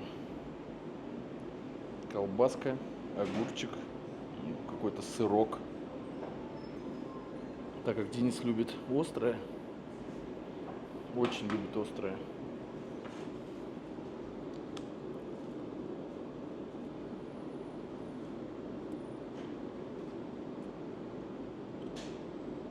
Нежный утренний сэндвич. Я не знаю, откуда у меня это чувство сложилось, но чувствуется мощь в Иране. Вот. Не понимаю, с чего эти ассоциации у меня, но какая-то мощная страна. Скрытый потенциал. Поведение, строение, геолокация, общение. То есть все факторы именно и создают такое впечатление. Как по мне, так Иран это безопасная для туристов страна. Не считай там каких-то мелочей. Здесь не вырвут телефон, не утащат вас с пистолетом в угол. Иди спокойно и иди. Ты для них просто турист, просто гость. Естественно, самое главное, сам не проявляй никакой агрессии, и все будет норм. Ну и не навязывай свое, я думаю, тоже один из главных пунктов. Единственное, что меня предупреждали, на всякий случай, когда едем в машине, не вытаскивай руку с телефоном, мало ли. Как говорится, в семье не без уродов. Кто-то задумает выдернуть телефон. Но такие случаи единичные, поэтому все здесь с этим хорошо. Специально для тех, кто говорит, что галстуки в Иране запрещены. Чё, Денис, санкции, санкции, а птичный рынок в Тегеране никто не отменял. Вот, едем туда сейчас. Поехали. Говорит, это очень забавное и интересное место. Где? Разные петиции Ирана, Африки, Азии. Разные кинери, попугаи там. Ты любишь птиц? Я люблю, конечно, их смотреть. в натуре, в природе. Именно чтобы их в клетке поставить, да, не люблю.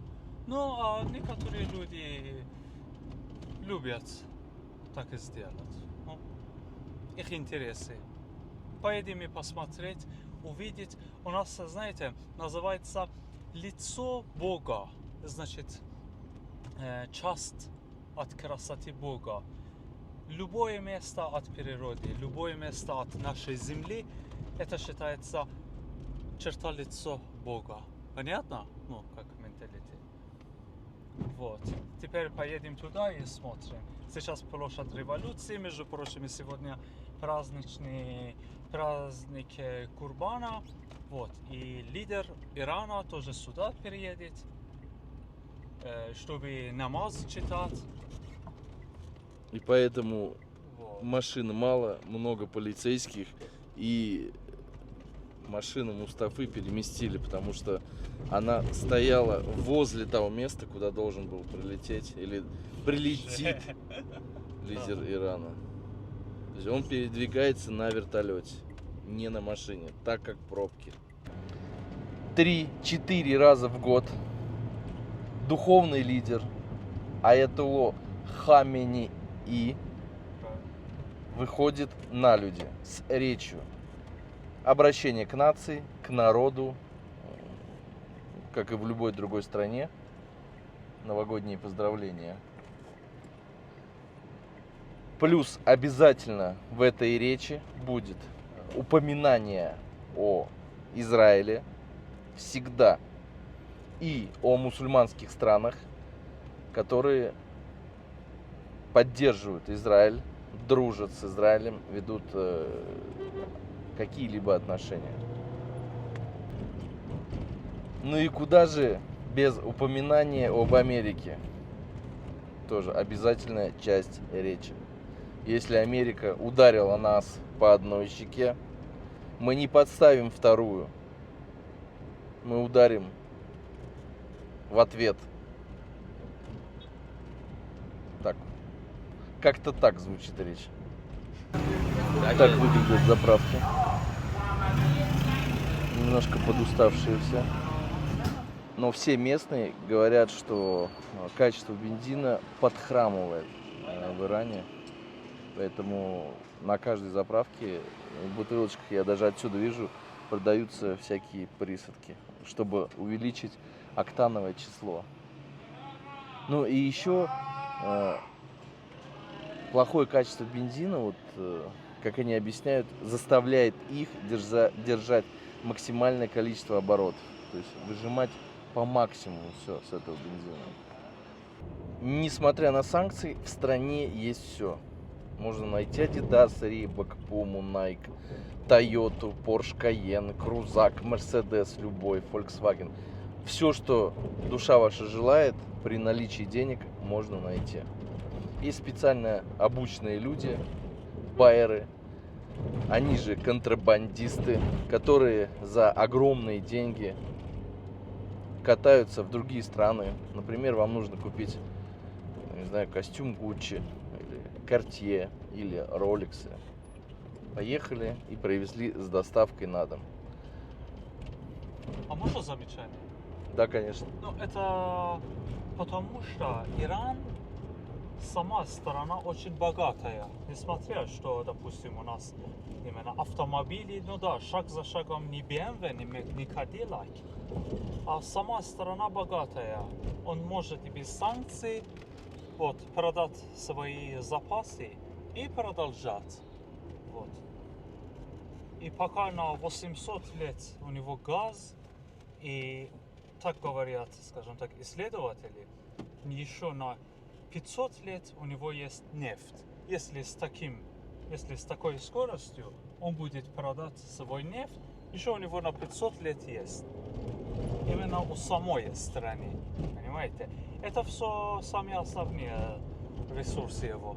И еще, кроме этого, очень многие шахты мед и золото есть у Ирана. Вот. Слышали, вот такой очень известный холодильник White House американский, вот. сейчас вы мне говорите в Тегеране, я за 1 час вам найду вот этот холодильник. Я хочу Кадиллак. Вот, я за 1 час вам найду. Вот. У нас в Иране есть все. Даже любой товар. Ну, конечно, спиртные продукты нет. Это не касается этих. Вот. А остальные товары, если товары не против человеческих прав, все есть у нас в Иране. Так что не думайте, что санкции такие, мы как, ну, какая-то страна, не будем назвать, что сейчас мы кушаем сухой хлеб. Нет, в Иране, те, которые в Иране ездили, знают, что в Иране все есть. Давайте. 50 литров сейчас мы залили на заправке. И получается, я посчитал, 50 литров. Так, $9, да, у нас? Да? $9 это 50 литров. Последний курс у нас, так, 800 рублей получается. 800 делим на... Так, где же наш калькулятор? 800 делим на 50. 16 рублей литр бензина стоит в Иране. Справочка по Тегерану. Центр, запад, восток — это средние районы. Север — это богатый район. Юг — это бедный район Тегерана. На севере самые лучшие дома, самые лучшие магазины, самые богатые люди Тегерана, самая большая аренда, самый хороший климат, самый чистый воздух и самые крутые рестораны. Мы на месте. Естественно, без захода в большой кабинет не обошлось, потому что на любом объекте есть тот, кто работает на спецслужбы, ну, докладывает все, что тут происходит. Поэтому даже здесь, чтобы вытащить камеру или телефон, нужна помощь людей. Попугаи здесь от $2 до $2000.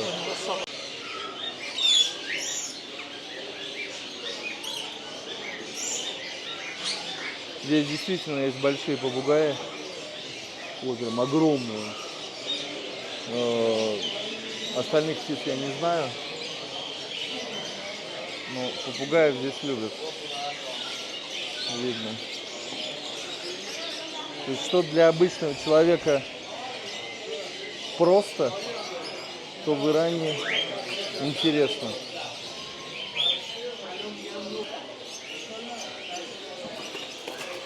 Красавцы. Сколько стоит такой? В долларах, скажи, пожалуйста. 25 миллионов. Это будет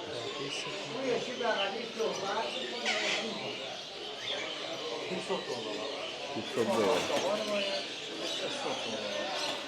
Вот такой попугайчик $800, 500.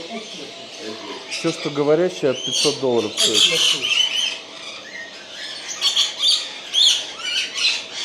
Вот это красивый очень. Здесь даже афганского скворца продают в клетках. И увидел белочку на цепочке. Выглядит, конечно, так себе это зрелище. Представьте себе, белка еще и на цепи. Так, поднимаемся на 2-й этаж.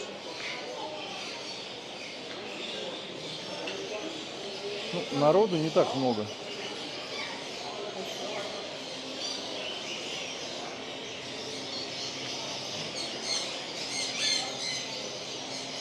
Но рынок интересный.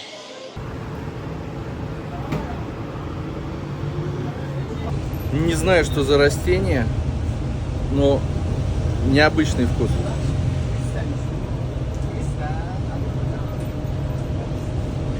Как только этот аппарат остановился, все это дело осело. Такие мелкие-мелкие семечки.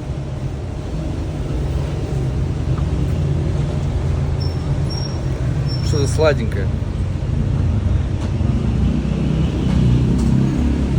Нету ярко выраженного вкуса. Блат оказался не блатом. Снимать все равно нельзя. Даже попугаев в этой стране снимать нельзя. Девиз Ирана.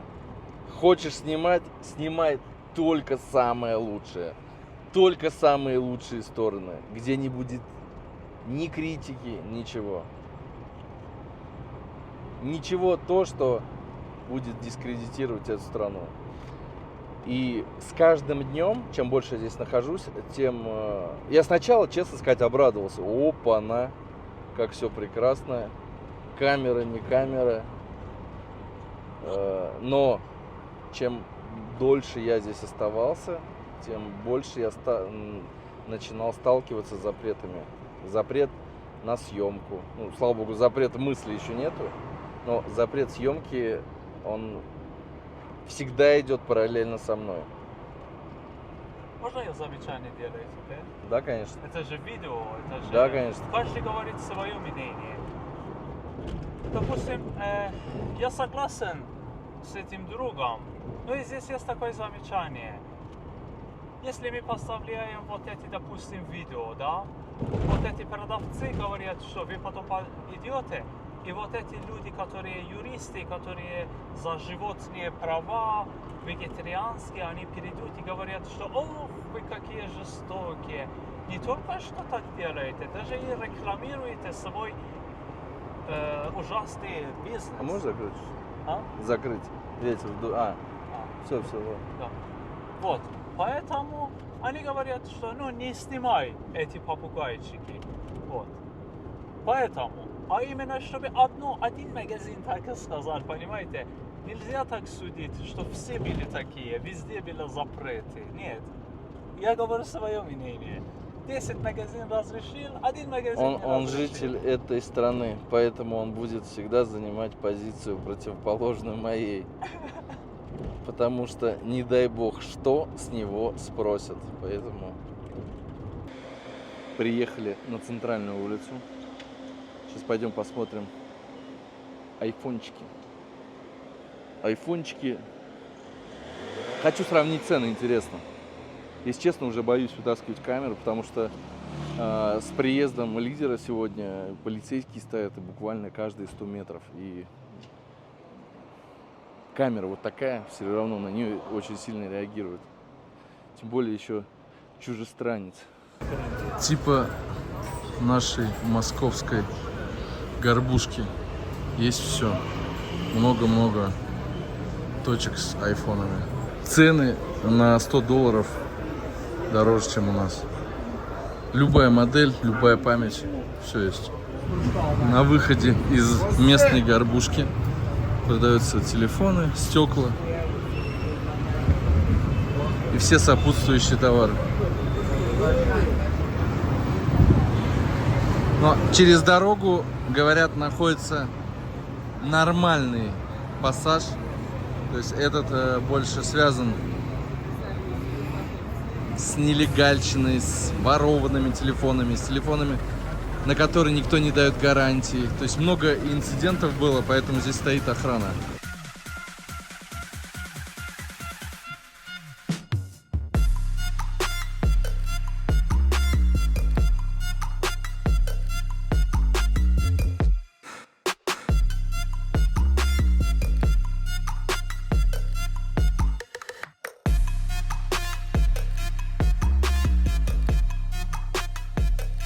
Любимые названия это Apple и Samsung. То есть максимальное количество магазинов Apple. Есть все, даже наушники самые последние. И копии, и оригиналы, и даже вот такие вот Хаман-кордоны. Мощные акустические системы. Если честно, я даже у нас такие не видел. Все это везется по серому, естественно. Покидаем мы рынок дорогих телефонов. Нету там никаких очередей. Всего очень много. Иногда статьи читаешь, там пишут, что вытащили один iPhone И идет розыгрыш, кто больше на него даст. Завались этого добра здесь. Приехали на улицу Спортивную, где продается спортинвентарь и оригинальные адики. Отсюда все это уезжает уже по всему Ирану.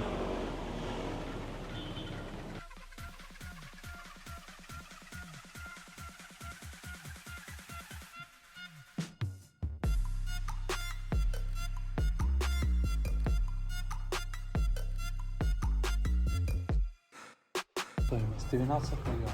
200 баксов. В Адидасе кроссовки Адидас. 5 миллионов. 800. $100. Да, 100. Ну, по-моему, вот такие кроссовки были, но что-то здесь какая-то подошва деревянная, если честно. $90.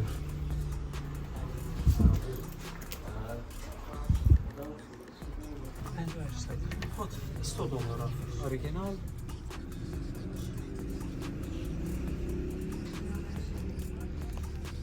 Сейчас что я говорю. чей производство?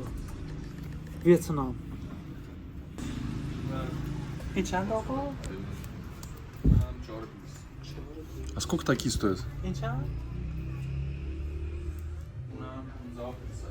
О. Дороже. $300. Сколько? Это 300.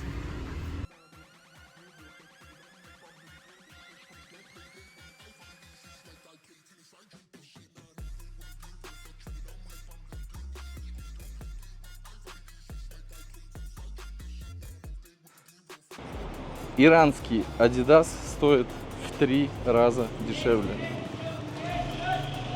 Там видно даже по шву, по нитке, что это не оригинал, потому что вот такая вот строчка. В один Adidas зашли, но там как-то все странно, тоже снимать не особо разрешают. Половина продукции оригинальная, половина не оригинальная. Но по кроссовкам такое ощущение, что она не оригинальная, потому что какой-то грубый материал, грубая проклейка. Они как деревянные все. Кроссовки как будто сделаны из березы. Впереди еще один магазин Adidas. Еще один оригинальный. Зайдем посмотрим. Погуляли, посмотрели. Магазинов много. Самая модная обувь — это здесь Соломоны, Скетчерсы, Адидасы. Здесь нет столько Рибока, Пумы. Пуму я вообще, по-моему, даже не увидел. Сколько Адидасы. Но опять же, не весь Адидас оригинал. Это 100%. В основном все марки такие красивые, хорошие. Это Made in Vietnam. Но под эту дудочку работают и китайские копии очень хорошо. То же самое сейчас в России, в принципе. Adidas в каждой подворотне стал продаваться.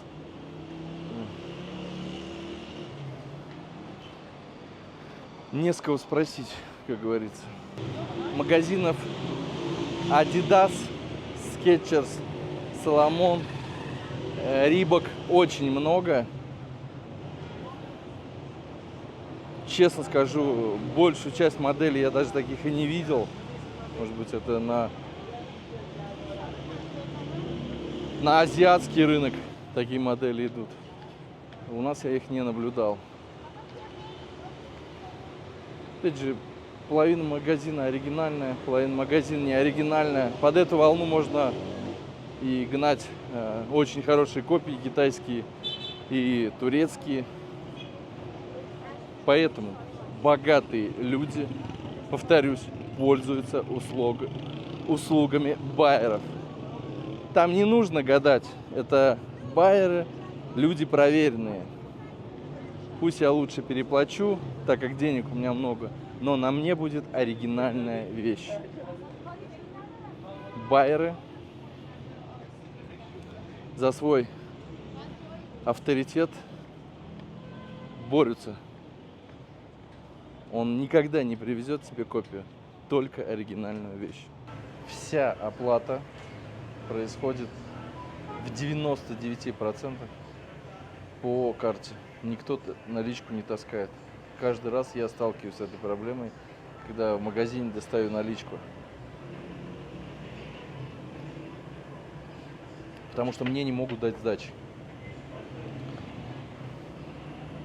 Причем никогда. Каждый раз мне какие-то конфетки, жвачки. Даже подойдите к человеку, который будет продавать 3 кукурузины со своим тазиком, угольками. У него тоже будет приемник.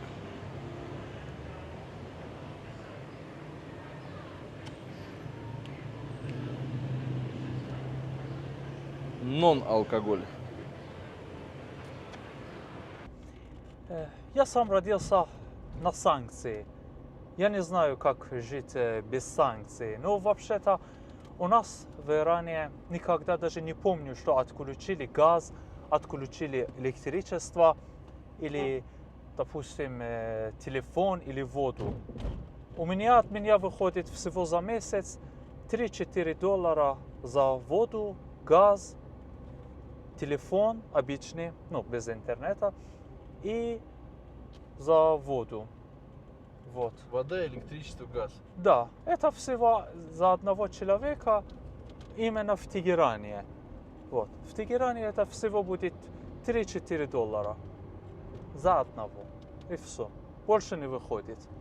Иран Молл. Проект, который строится уже 5 лет и будет еще строиться 20 лет. Это самый большой объект в Иране. Да и не только в Иране. Переместились в более спокойное место, там, где можно вести съемку. Подошли ребята и говорят: удаляй все, что записывал. А как же так? Тут все записывают, нет, удаляй. То есть последние дни какое-то обострение идет. Запрет на съемку преследует меня везде. То ли реакция на камеру такая. Хотя она особо-то и не выделяется относительно других. Даже в моменты, когда я вытаскивал телефон, вел съемку, в принципе, тоже подходили люди. Торговый центр Иран Молл. Огромнейшее здание. Очень много торговых точек. Часть из них функционирует, часть из них строится. Народу в торговом центре, как мне показалось, не так много. Арендной платы нету, есть подоходный налог. Так как он еще в процессе, нужно как-то удерживать фирмы, сотрудников, в общем, подоходный налог. Ничего не заработали, ничего не платите. И также мне сказали по секрету, что Иран Молл — это единственное место в Иране, где никто не подойдет, не скажет: где твой платок. Я обратил внимание на то, что большинство там было без платков. С чем это связано, гадайте сами. Но это единственное место в Иране, где вам не скажут ничего по поводу ношения платка. Подведем итоги. Иран — прекрасная, огромная страна с огромным потенциалом, но слишком много запретов. И еще один пункт, наверное, он только ко мне относится. Все эти дни у меня постоянно была тревога. Она меня покинула только после того, как я, наверное, сел. Не то что сел, когда я уже взлетел, вот тогда меня отпустило.